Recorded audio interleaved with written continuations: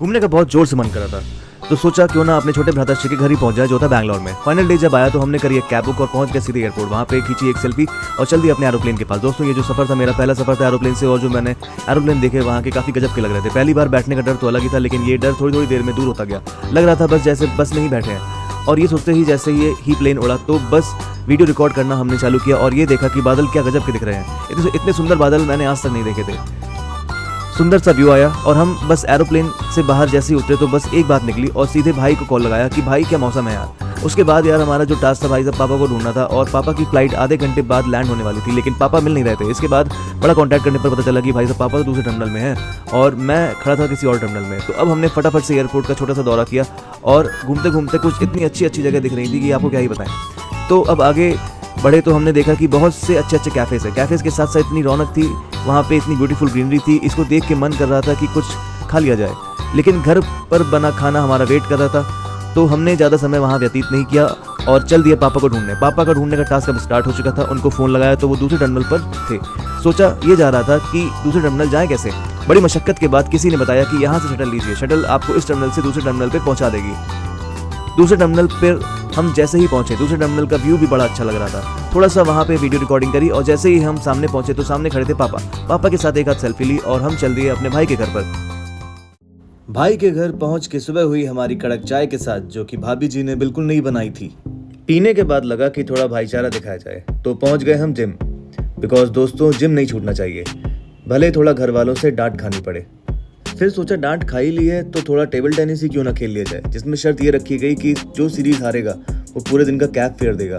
नहाने धोने के बाद मम्मी कह रही हैं कि जल्दी चलो, बहुत हो गई तुम दोनों की।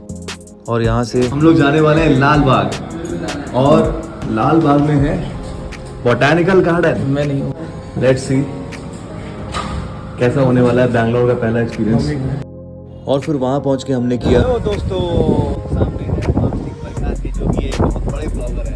इतनी मस्त जगह मैंने आज तक नहीं देखी दुनिया में। पेड़ ही पेड़ है, हवा इतनी मस्त चल रही है भाई साहब। तो दिल्ली से आने के बाद दोस्तों बहुत मस्त लग रहा है यहाँ पे। जन्नत है जन्नत। इतनी ह्यूमिडिटी थी ना दिल्ली में, पसीना बहा जा रहा था, पढ़ा पढ़ा के बोर हो गए थे। अब ऐसी दुनिया की सैर करके आनंद का मजा ले रहे हैं और नारियल पानी पी रहे हैं। इसके बाद घर वालों की पिक्स ली। फिर हम ऐसी जगह आए जहाँ पे लोगों ने पेड़ों में कलाकारी कर रखी थी। मैंने भी अपने नाम वाले बुद्ध जी के साथ एक फ़ोटो खिंचवा ली। ये देखो गाइस नारियल का पेड़। तो दोस्तों फैमिली के साथ एक मस्त सी फ़ोटो के बाद मैं चला यहाँ, और फिर यहाँ इस मगर को देखने के बाद मुझे उन लोगों की याद आ गई जो मगरमच्छ के आंसू रोते हैं। कोई नहीं, फिर हमने अपना ब्लॉग स्टार्ट किया। ये भाई साहब इतने बड़े ब्लॉगर हैं कि ये हमें एक बहुत ही खूबसूरत सी जगह मिलेगी। क्या हर रास्ते में हमें भुट्टे ही भुट्टे मिल रहे हैं। अभी आगे जाएंगे तो हमें कच्ची कैरी मिलेगी। जो वैरायटी है तोता परी है और 50 रुपये मिल रही है। मिर्च लगा के दोपहर के 3 बजे हुए हैं, लेकिन मौसम इतना मस्त है कि बहुत ही सुहाना लग रहा है। आगे हम लोग चलते चले जा रहे हैं। रास्ता बहुत अच्छा है, ट्रैकिंग की तरह का माहौल है। क्यों, हम लोग कह सकते हैं क्या ट्रैकिंग का माहौल है? हाँ, लेकिन आप अर्ली मॉर्निंग आएंगे तो बहुत अच्छा रहेगा।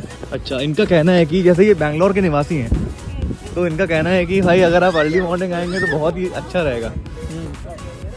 तो देखते हैं कभी क्राउड। और लेकिन आपको डॉग्स पसंद है तो डॉग लवर हैं आप तो, क्योंकि डॉग्स वगैरह बहुत आते हैं मॉर्निंग में। अच्छा। तो मतलब आप कहना क्या चाह रहे हैं कि जो लोग भी डॉग पसंद करते हैं वो अर्ली मॉर्निंग आए। If you are a dog lover then definitely you have to come in the morning. Oh भाई साहब ने क्या अंग्रेजी पॉप।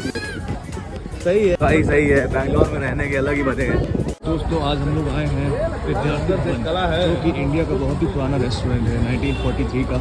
और यहाँ आप भीड़ देख सकते हैं, क्या भीड़ है यहाँ पे। और यहाँ पे हम लोग खाने जाएंगे डोसा। बहुत ही फेमस रेस्टोरेंट है यहाँ का। और अपनी माता श्री को अपने साथ ले जाऊँगा। उनकी खुशी समाई नहीं जाती है कि उनका डोसा बहुत अच्छा लगता है। साउथ इंडियन फूड तो क्या ही कहना है। तो आज देखते हैं कि यहाँ पे कैसा लगेगा खा के, और रिव्यू देंगे आपको यहाँ पे बिल्कुल उसके बाद। ठीक है, मिलते हैं।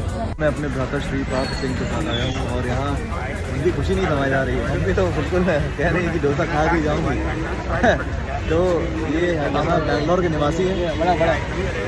और पापा का जो फेमस है वो है बड़ा, तो इनको बड़ा खिलाएंगे और हम लोग तो डोसा खाएंगे यहाँ पे। और बहुत ही लंबी लाइन लगी है, तो आशा करता हूँ ये लाइन जल्दी समाप्त हो।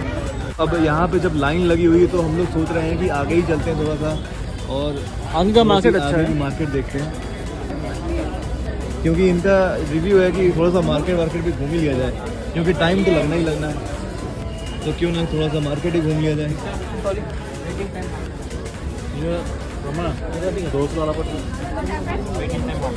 छोटी छोटी मार्केट है यहाँ पे। ये दिल्ली के लाजपत नगर 2 में आपने देखी होगी सेंट्रल मार्केट, ऐसी ही मार्केट्स यहाँ पे दिख रही हैं। कुछ अच्छा दिखेगा तो आपको बिल्कुल बताएंगे। तो हेलो दोस्तों, हम आ गए हैं विद्यार्थी भवन, जिसके बारे में आपको प्रीवियस ब्लॉग में बताया था। ये बैंगलोर का बहुत ही पुराना और प्रसिद्ध डोसा खाने की जगहों में से एक है। यहाँ पे 1 घंटे की लंबी लाइन के बाद हमें मिली एंट्री, तो कुछ ऐसा दिखता है ये।